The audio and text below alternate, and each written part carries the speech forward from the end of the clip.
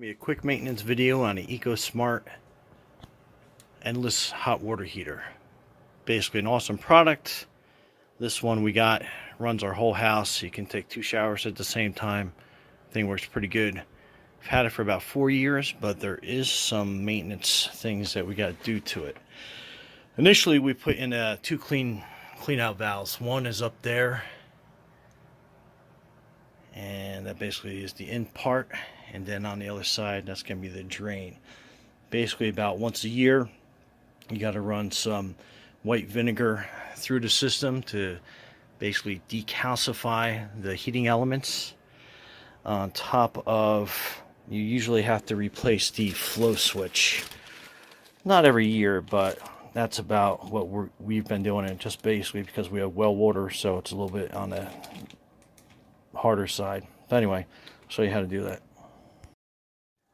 Alright, part of the clean out, we bought a drill pump. I'll put the Amazon link below, and we're using basically gallons of distilled white vinegar, and we're going to pump it up into the clean out port that I installed, and it's going to run through the system and then drain out to a bucket. And that is your flow switch. Now if I remember correctly, what you end up having to do is basically just take these 4 screws out, and then you're pulling the inner guts of the flow switch out. You got the cable that runs onto that side into that port. Initially there's some wire ties that you got to clip to get to it, but it's pretty simple. So as you can tell, after about a year from last time I did that, that's pretty bad looking. Anyway, that's the pump working. You can tell it's like sucking down that gallon.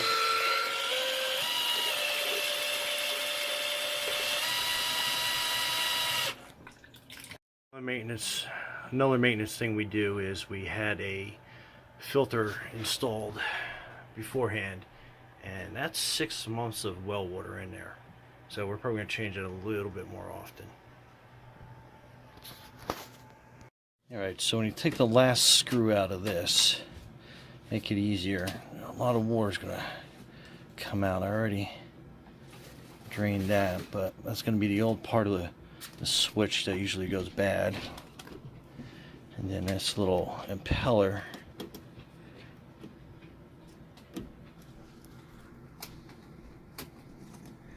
sits on that little shaft in there. Now so far I'm just inspecting it to make sure it's in good shape and is not worn. You can kind of tell all the gunk that gets on that impeller, and you can see some of the crud that came out of here after I rinsed it out. Visual inspection, that looks clear, that looks good.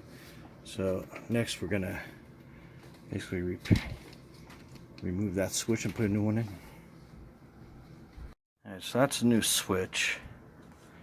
Taking that apart, and then that's the new impeller that comes out. So basically the only thing I'm doing is I'm putting a new impeller in.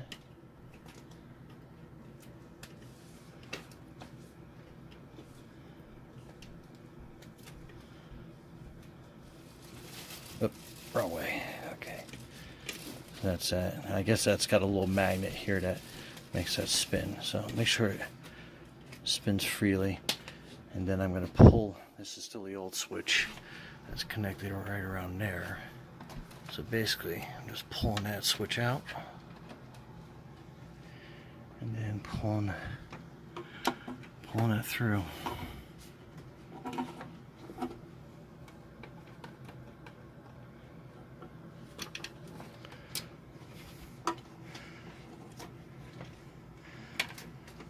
Alright, so that is the old switch.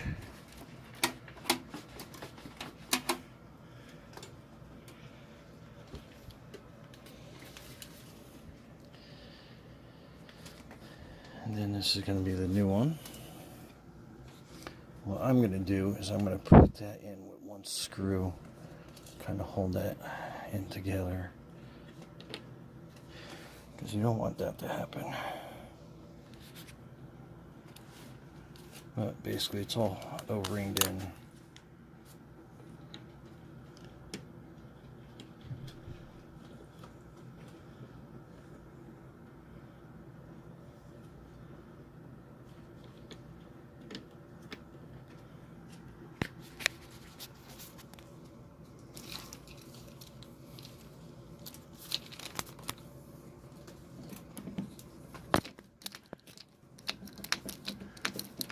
We'll just put that just tight enough so we can run this new wire in.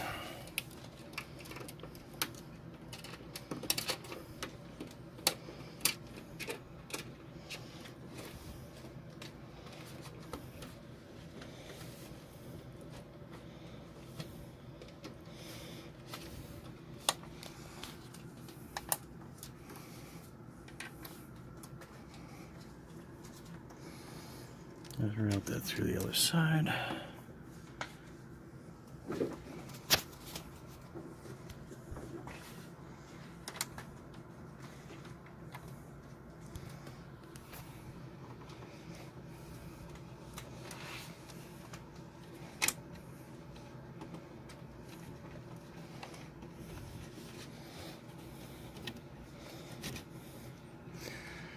And then you want to make sure you got it going the right way.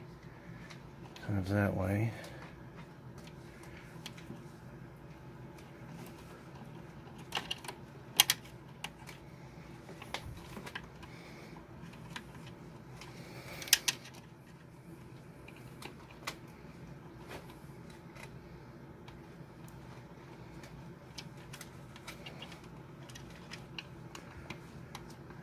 Obviously make sure that your board is completely shut off before you start doing this. Alright, and that's in. And I just try to make sure it's not touching any of these other wires. Make sure it's routed okay. Alright, let me put the other screws in and we should be good to go. One word of warning though with these screws, make sure that you have them snug, but make sure you don't have them super tight. That's probably just tight enough.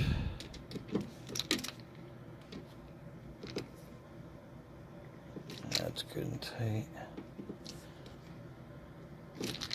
That's snug. Alright, so that's about it. So you want the O-ring to sit good. Look on the other side, make sure it's sitting right. Alright, let's give it a shot. Back together. Temperature's back at 140 degrees. All my valves open. So good to go. Any questions, feel free to put in the comments below. And I'll put the links for everything I use to fix it from Amazon down at the bottom. Thanks.